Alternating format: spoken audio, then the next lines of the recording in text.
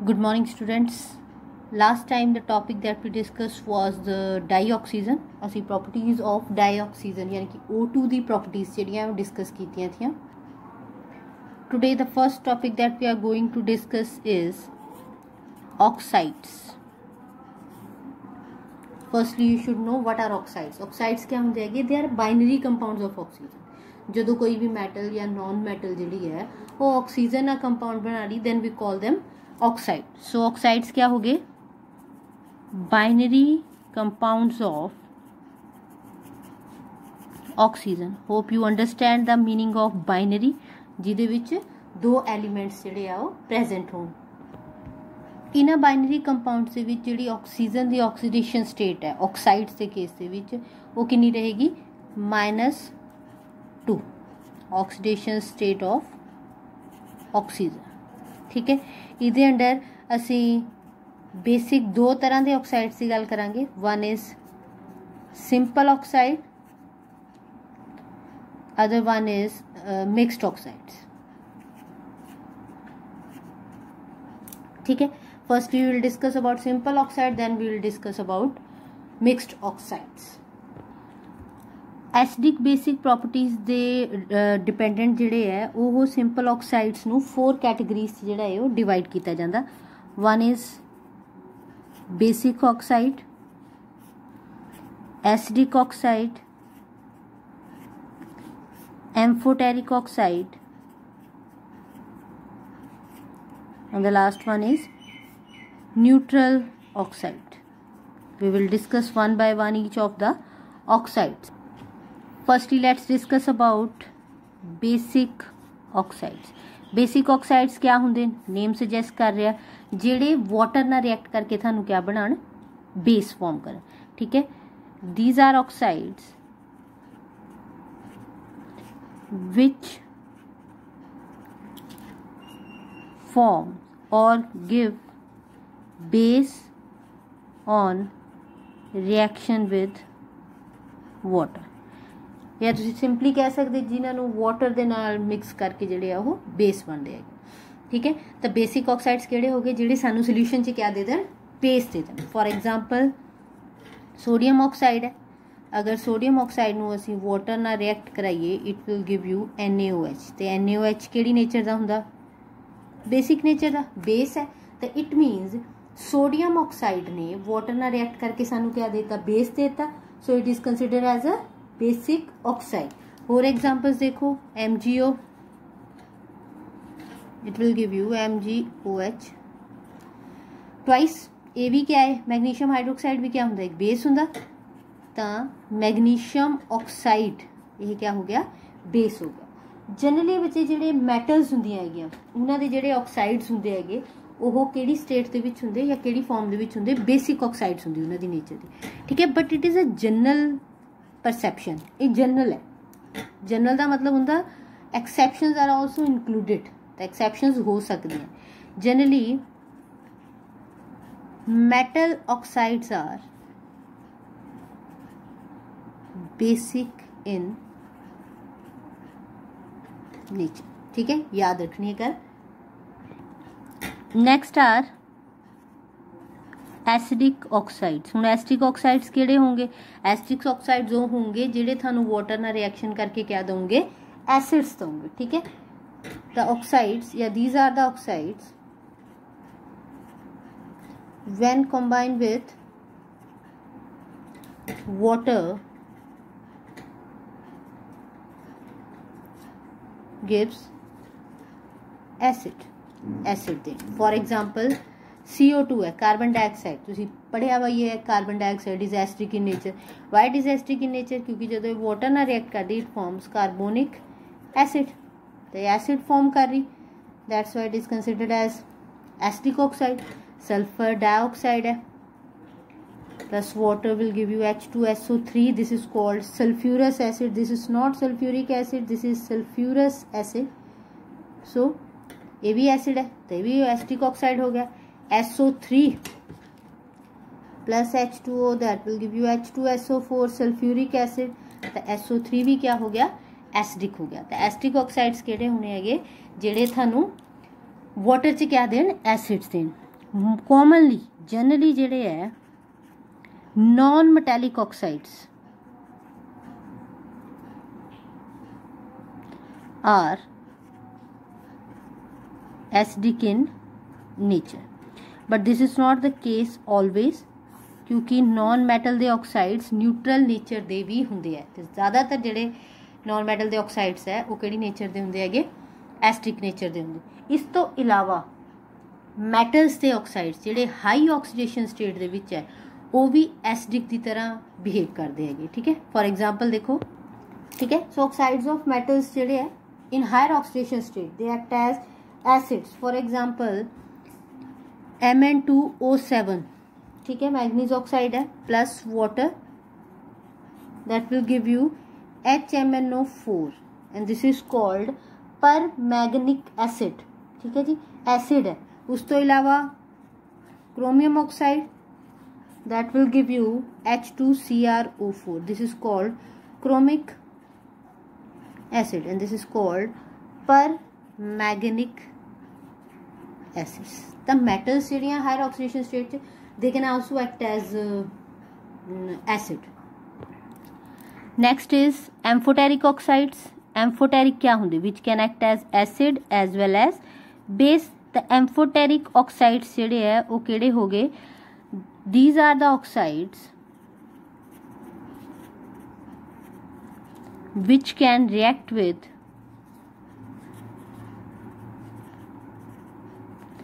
acid as well as base, ठीक है। ਜਿਹੜੇ एसिड ਤੇ बेस ਦੋਨਾਂ ਨਾਲ रिएक्ट कर सकते, ਇਹਨਾਂ ਦੀ एग्जांपल्स भी ਤੁਸੀਂ ਦੇਖਿਆ ਵਾ, ठीक है। ਇਹ ਜ਼ਿਆਦਾਤਰ ਉਹਨਾਂ ਐਲੀਮੈਂਟਸ से ਬਣਦੇ ਜਿਹੜੇ ਮੈਟਲਸ ਤੇ ਨॉन ਮੈਟਲਸ ਦੇ ਵਿੱਚ ਬਾਰਡਰ ਲਾਈਨ ਤੇ ਆਉਂਦੇ ਹੈਗੇ। ਫॉर एग्जांपल ਐਲੂਮੀਨੀਅਮ ਆਕਸਾਈਡ, ਇਹਦੇ ਬਾਰੇ ਤੁਸੀਂ 11th ਕਲਾਸ 'ਚ ਵੀ ਪੜ੍ਹਿਆ ਹੈ ਕਿ ਇਹ ਐਮਫੋਟੈਰਿਕ ਆਕਸਾਈਡ ਹੁੰਦਾ, ਐਮਫੋਟੈਰਿਕ ਨੇਚਰ ਦਾ ਮੀਨਸ ਇਹ ਐਸਿਡ ਨਾਲ ਵੀ ਰਿਐਕਟ ਕਰ ਸਕਦਾ ਤੇ ਬੇਸ ਨਾਲ ਵੀ ਰਿਐਕਟ ਕਰ ਸਕਦਾ। ਦੇਖੋ ਜਦੋਂ ਇਹ ਐਸਿਡ ਨਾਲ ਰਿਐਕਟ ਕਰਦਾ it will give you AlCl3, ਠੀਕ ਹੈ, ਅਗਰ ਅਸੀਂ ਡਾਇਰੈਕਟ ਰਿਐਕਸ਼ਨ ਲਿਖ ਦਈਏ, ਠੀਕ ਹੈ। ਹੇਅਰ HCl ਇਜ਼ ਐਸਿਡਿਕ ਤੇ ਇਹ ਕਾਹਦੇ ਤੌਰ ਤੇ ਐਕਟ ਕਰ ਰਿਹਾ, बेस, ਤੇ ਅਗਰ ਅਸੀਂ ਇਹਨੂੰ ਕਿਸੇ ਬੇਸ ਨਾਲ ਰਿਐਕਟ ਕਰਵਾਈਏ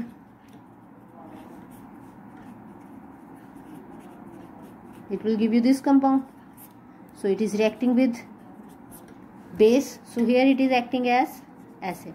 Now aluminium oxide can act as base as well as acid, तो ਉਹਨਾਂ ਆਕਸਾਈਡਸ ਨੂੰ ਅਸੀਂ ਕੀ ਕਹਿੰਦੇ ਹੈਗੇ, ਐਮਫੋਟੈਰਿਕ ਆਕਸਾਈਡਸ। ਨੈਕਸਟ ਹੈ ਸਾਡੇ ਨਿਊਟਰਲ ਆਕਸਾਈਡਸ। न्यूट्रल मीन्स ਜਿਹੜੇ ना एसिड ना रिएक्ट करन ना बेस ना न्यूट्रल होण, ठीक है।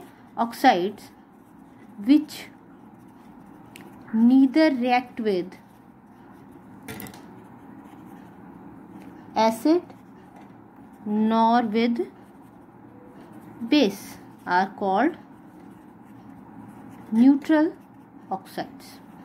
Clear है? Can you give me any example of neutral oxide? The most common example is water. Water is an oxide of hydrogen, ठीक है। डाइहाइड्रोजन ऑक्साइड है, carbon monoxide, nitric oxide, nitrous oxide, ये सारे क्या है, ये सारे न्यूट्रल ऑक्साइड है। मीनस ये वाटर दे विच ना थानू एसिड दोंगे ते ना ही थानू बेस दोंगे, ना इन्होंने एसिड ना रिएक्ट करना ना ही इन्होंने बेस ना रिएक्ट करना है। So these 4 categories are of simple oxides. पहली केड़ी थी एसिडिक ऑक्साइड, दूजी बेसिक ऑक्साइड, तीजी एम्फोटेरिक ऑक्साइड ते चौथी केड़ी होगी neutral oxide. Now we will discuss about mixed oxides. Mixed oxide as name suggested mix oxide है, इहदे विच दो या दो तो बाद ज़्यादातर दो ही हुंदे हैगे। सिंपल ऑक्साइड्स नूं जिहड़ा है मिक्स किया जाता है। मैटल ऑक्साइड्स दे विच इन्हां विच 2 सिंपल मैटल ऑक्साइड्स हुंदे, बट उन्हां दोनों सिंपल मैटल ऑक्साइड्स दे विच जिहड़ी मैटल दी ऑक्सीडेशन स्टेट है वो क्या होएगी, डिफरेंट होएगी। फॉर एग्जाम्पल पहला एग्जाम्पल डिस्कस करते असीं, तुसी इहदे बारे पढ़िया है, दिस इज आयरन ऑक्साइड, असीं जनरली इहनूं आयरन ऑक्साइड बोलते हैं, ठीक है। अगर असीं इहदी ऑक्सीडेशन स्टेट कैलकुलेट करिए तो इहदे विच इहदी ऑक्सीडेशन स्टेट 8/3 आएगी iron the, which is not possible, ठीक है। एक्चुअल दे विच यह एक मिक्स ऑक्साइड है, इहदे विच आयरन जिहड़ा है 2 ऑक्सीडेशन स्टेट दे विच है, Fe2O3.FeO। This is the actual formula of ferroferric oxide या जिन्हों असीं मैगनैटिक ऑक्साइड भी बोलते हैं। तो इहदे विच दो ऑक्साइड है, एक ए वाला एक ए वाला, एक फैरिक ऑक्साइड एक फैरस ऑक्साइड है। ਇਹਦੇ ਵਿੱਚ ਆਇਰਨ ਦੀ ਆਕਸੀਡੇਸ਼ਨ ਸਟੇਟ +3 ਹੈ, ਇਹਦੇ ਵਿੱਚ ਆਇਰਨ ਦੀ ਆਕਸੀਡੇਸ਼ਨ ਸਟੇਟ +2 ਹੈ। ਤਾਂ ਕਰਕੇ ਸਾਡੀ ਜਿਹੜੀ ਆਕਸੀਡੇਸ਼ਨ ਸਟੇਟ ਹੈ ਇੱਥੇ 3 ਤੇ 2 ਦੇ ਵਿੱਚ ਆਉਂਦੀ।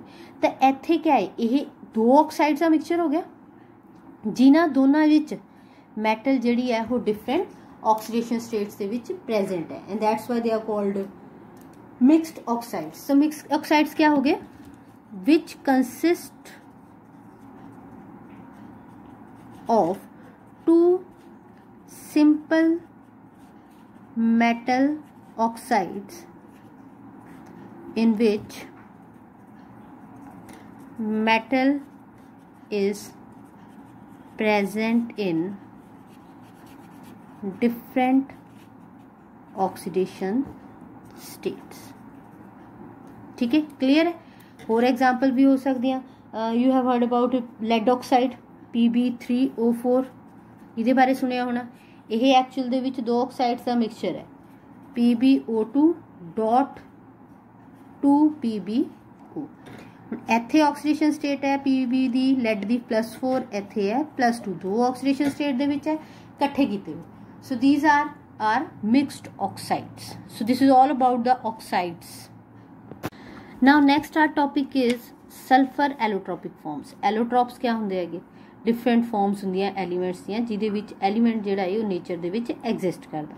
अज असीं सल्फर दे एलोट्रोपिक फॉर्म्स की गल करांगे। असीं मेन टॉपिक्स की गल करांगे।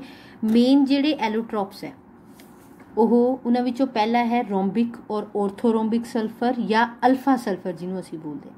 ਇਹਦੀ ਜਿਹੜੀ ਪ੍ਰੈਪਰੇਸ਼ਨ ਹੈ ਉਹ ਕਿੱਦਾਂ ਕੀਤੀ ਜਾਂਦੀ, ਰੋਲ ਸਲਫਰ ਨੂੰ ਸਲਫਰ ਡਾਈਆਕਸਾਈਡ ਦੇ ਵਿੱਚ ਮਿਕਸ ਕਰਕੇ ਸੋਲੂਸ਼ਨ ਬਣਾ ਕੇ ਉਹਨੂੰ ਹੌਲੀ ਹੌਲੀ ਇਵੈਪੋਰੇਟ ਕੀਤਾ ਜਾਂਦਾ। जब पूरी इवैपोरेशन हो जाती तद ऑक्टाहेड्रल क्रिस्टल्स जिहड़े आ रोंबिक सल्फर दे सानू मिल जाते। इन्हां दी प्रॉपर्टीज़ क्या है, ये सब तो स्टेबल फॉर्म है sulphur the at room temperature, जबकि बाकी वैराइटीज़ जिहड़ियां है हौली हौली इसी फॉर्म दे विच आ जांदियां ऑन स्टैंडिंग। ऑन स्टैंडिंग मतलब जब तुसीं इहनूं इदां ही एस रख दिंदे तां कोई भी एलोट्रोपिक फॉर्म है वो किहड़ी फॉर्म च आ जाएगी, अल्फा सल्फर दे विच। ये वाटर दे विच इनसोल्यूबल हुंदी पर कार्बन डाइसल्फाइड दे विच हाईली सोल्यूबल है। थर्मल तो इलैक्ट्रिकल कंडक्टिविटी इन्हां दी घट हुंदी हैगी। ठीक है, नैक्सट जिहड़ा है नैक्सट साडा जिहड़ा एलोट्रोप है दैट इज़ मोनोसल्फर और जिन्हों असीं कहंदे हैगे बीटा सल्फर। ये किद्दां प्रिपेयर कीती जांदी, इन ध्यान नाल देखो। इहदे विच क्या करदे हैगे, ये सल्फर नूं मैल्ट करके चाइना डिश दे विच प्रिपेयर कीती जांदी। मैल्ट करन तो बाद उहनूं ठंडा होण दिंदे जद तक उपर एक क्रस्ट ना जम जावे, उपर एक क्रस्ट ना फॉर्म हो जावे। उस क्रस्ट दे विच दो होल कीते जांदे, दो होल दे विचों जिहड़ा पिछे लिक्विड बचिया वा उहनूं पोर्ड आउट कर दिंदे, बाहर कढ दिंदे ते पिछे सानूं निडल शेप्ड क्रिस्टल्स जिहड़े है मोनोक्लिनिक सल्फर दे ओह मिल जांदे। इन्हां दी प्रॉपर्टीज़ क्या है कि ये डल येलो कलर दी हुंदी ते कार्बन डाइसल्फाइड च भी सॉल्यूबल हुंदी ते वाटर च भी इनसॉल्यूबल हुंदी है। इहदी जिहड़ी स्पैसिफिक ग्रेविटी है 1.98 ग्राम पर सेंटीमीटर क्यूब हुंदी ते 393 कैल्विन ते मैल्ट कर जाएगी। यह जी सल्फर है बीटा सल्फर, यह 369 कैल्विन तो अबव ही स्टेबल है। उस तो नीचे जी है वो थानू जी अल्फा सल्फर दसी रोंबिक सल्फर दसी वो ज़्यादा स्टेबल होंगी हैगी। देखो इत्थे लिखा हुआ है it is stable above 369 kelvin, below this temperature it slowly changes to rhombic sulphur. ठीक है, थानू कहा ना कि जदों भी तुसी किसी भी एलोट्रोप नूं sulphur they standing on standing रखोगे तो वो अल्टीमेटली कादे विच चेंज हो जाएगी, रोंबिक सल्फर दे विच चेंज हो जाएगी। हाँ, 369 कैल्विन ते दोने रोंबिक सल्फर एंड मोनोक्लिनिक सल्फर ये क्या है, को एग्जिस्ट कर दियाँ। को एग्जिस्ट का मतलब दोने इस टैंपरेचर ते एग्जिस्ट कर दियाँ ते इस टैंपरेचर नूं असीं क्या कहंदे हुंदे, ट्रांजिशन टैंपरेचर। अगर टैंपरेचर 369 कैल्विन तो नीचे आंदा तो रोंबिक, अगर 369 तो ऊपर है तो मोनोक्लिनिक। तो ऑब्वियसली रूम टैंपरेचर जिहड़ा है वो 300 कैल्विन के नेड़े तेड़े हुंदा तो उत्थे तुहानू किहड़ी फॉर्म मिलेगी, रोंबिक सल्फर। ठीक है जी। अगर असी दोनों की स्ट्रक्चर की गल करिए तो दोनों की जिहड़ी एग्जिस्टेंस है एलीमेंटल स्टेट है वो S8 ही है। पक्कड़ रिंग स्ट्रक्चर तुहानू पता है हुंदी है इहदी सल्फर दी, इन्हां दी भी शेप इदां दी है। बस इन्हां दे क्रिस्टल लैटिस दे विच जिहड़ी पैकिंग है ਉਹਦਾ मैनर ਜਿਹੜਾ ਹੈ ਉਹ डिफरेंट ਹੁੰਦਾ। देखो इधर ਬਣਿਆ ਵਾ ਇਹ दिस इज ऑर्थोरोम्बिक, ये ऑर्थोरोम्बिक है। पैकिंग देखो सिमेट्रिकल पैकिंग है, ठीक है। दिस इज मोनोक्लिनिक या बीटा सल्फर है, ਇਹਦੇ ਵਿੱਚ पैकिंग देखो कितना डिफरेंट है, ठीक है। बस पैकिंग ਦਾ ही डिफरेंस है अल्फा सल्फर ते बीटा सल्फर या कह लो रोम्बिक सल्फर या मोनोक्लिनिक सल्फर का, बाकी कोई खास फर्क नहीं पैंदा हैगा ਇਹਦੇ ਵਿੱਚ। उस तो इलावा एक होर है that is called cyclo S6 form. ਇਹਦੇ ਵਿੱਚ S6 है, ਉਹਦੀ साइक्लिक स्ट्रक्चर इदा दी बनती है, ठीक है। इस तो इलावा एक होर अनस्टेबल फॉर्म होंगी हैगी, स्मॉल मॉलिक्यूल्स होंगे जिहदे विच सल्फर 2 तो लैके 5 तक हो सकती है, ठीक है। ये हाई टैंपरेचर से जाके जिहड़े आ वो वैसे डीकंपोज हो जाते, जिद्दां फॉर एग्जांपल S2 है। S2 जिहड़ा है वो अबव 1000 कैलविन प्रीडोमिनेट करता है, क्योंकि इन्ने हाई टैंपरेचर से जाके रिंग भी ब्रेक हो जाती है, ठीक है। O2 की तरह S2 भी पैरामैगनैटिक है तो ब्लू कलर्ड हुंदा इहदा, ठीक है। बॉन्डिंग इहदी जिहड़ी आ वो काफ़ी ऑक्सीजन दे नाल मैच करती हुंदी।